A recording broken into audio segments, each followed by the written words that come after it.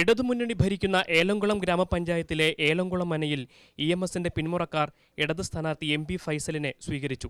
പെരിന്തൽമണ്ണ മുൻ MLA V Sasikumar അടക്കമുള്ളവർ തെരഞ്ഞെടുപ്പ് പ്രചാരണത്തിന് തുടക്കം കുറിക്കാൻ ഏലംകുളം മനയിലെത്തിയിരുന്നു.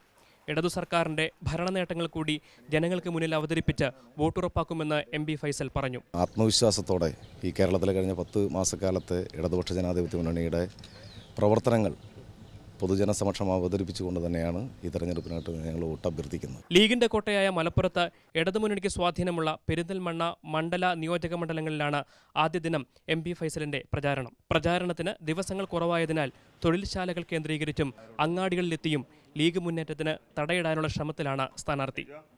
ഇഎംഎസിനെ കുറിച്ചുള്ള ഓർമ്മകളും 2004 ടി കെ ഹംസ നേടിയ അത്ഭുത ജയവുമാണ് മലപ്പുറത്ത് ഇടതുമുന്നണിയെ ആവേശത്തിലാക്കുന്നത്.